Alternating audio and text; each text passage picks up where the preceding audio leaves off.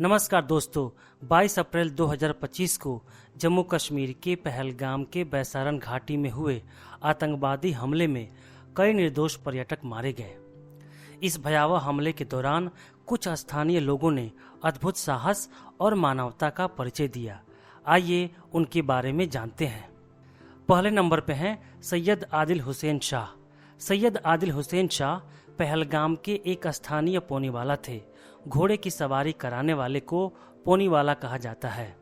हमले के दौरान उन्होंने एक आतंकवादी से उसकी राइफल छीनने की कोशिश की ताकि पर्यटकों की जान बचाई जा सके। इस प्रयास में उन्हें गोली मार दी गई और वे शहीद हो गए। उनकी बहादुरी को पूरे देश ने सराहा और जम्मू कश्मीर के मुख्यमंत्री उमर अब्दुल्ला ने उनके अंतिम संस्कार में भाग लेकर उनके परिवार को समर्थन का आश्वासन दिया। दूसरे नंबर पे हैं सज्जाद अहमद भट्ट। सज्जाद अहमद भट्ट एक स्थानीय शॉल विक्रेता ने हमले के बाद घायल पर्यटकों की मदद की। उन्होंने एक घायल पर्यटक को अपनी पीठ पर उठाकर अस्पताल पहुंचाया। उनका कहना था, हमारी जिंदगी पर्यटकों के बिना अधूरी है। तीसरे नंबर पे हैं नजाकत अहमद शाह। नजाकत अहमद शाह एक स्थानीय गाइड थे जिन्होंने हमले के दौरान 4 परिवारों को सुरक्षित स्थान पर पहुंचाया। उन्होंने अपने जान की परवाह किए बिना पर्यटकों को बचाया।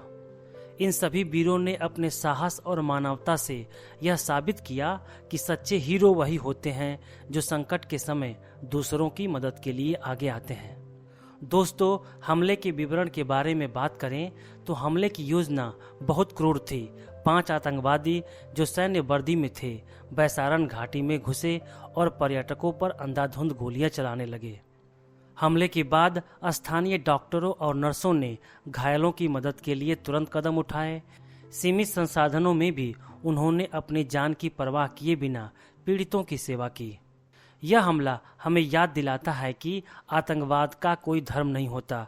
हमें एकजुट होकर ऐसे कृत्यों का सामना करना होगा और शांति की ओर बढ़ना होगा। इस आतंकवादी हमले के बाद भारत सरकार ने कुछ कदम उठाए हैं जो कि निम्नवत हैं। पहले नंबर पर हैं प्रधानमंत्री की प्रतिक्रिया और उच्च स्तरीय बैठकें। प्रधानमंत्री नरेंद्र मोदी ने इस हमले की कड़ी निंदा की और दोषियों को सजा दिलाने का संकल्प लिया। उन्होंने विदेश यात्रा को बीच में छोड़कर कैबिनेट कमेटी ऑन सिक्योरिटी की आपात बैठक बुलाई और अकल्पनीय सजा देने की बात कही। दूसरा, पाकिस्तान के साथ कूटनीतिक संबंधों में कटौती। भारत ने पाकिस्तान के साथ अपने राजनयिक संबंधों को घटाया और इस्लामाबाद में भारतीय उच्चायुक्त को परामर्श के लिए वापस बुलाया। पाकिस्तानी नागरिकों के लिए सभी वीजा रद्द कर दिए गए और उन्हें देश छोड़ने का आदेश दिया गया। भारत ने पाकिस्तान के साथ व्यापारिक संबंधों को भी निलंबित कर दिया। तीसरा, इंडस जल संधि का निलंबन। भारत ने पाकिस्तान के साथ 1960 में हुई इंडस जल संधि को निलंबित कर दिया, जिससे पाकिस्तान की कृषि और जल आपूर्ति पर प्रभाव पड़ा है। चौथा, सीमा सुरक्षा और सैन्य कार्रवाई। भारत ने पाकिस्तान के साथ अपनी एकमात्र सीमा चौकी अटारी बाघा को बंद कर दिया।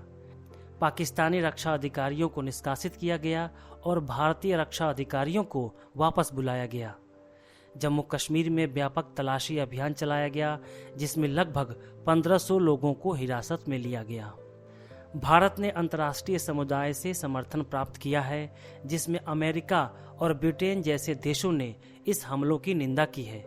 भारत ने पाकिस्तान पर आतंकवाद के समर्थन का आरोप लगाया है और वैश्विक मंचों पर इस मुद्दे को उठाया है।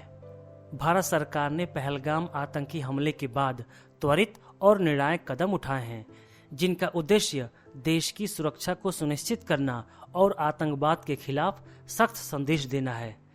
इन कार्रवाइयों से भारत ने स्पष्ट कर दिया है कि वह आतंकवाद के सामने झुकेगा नहीं और दोषियों को सजा दिलाने के लिए हर संभव प्रयास करेगा।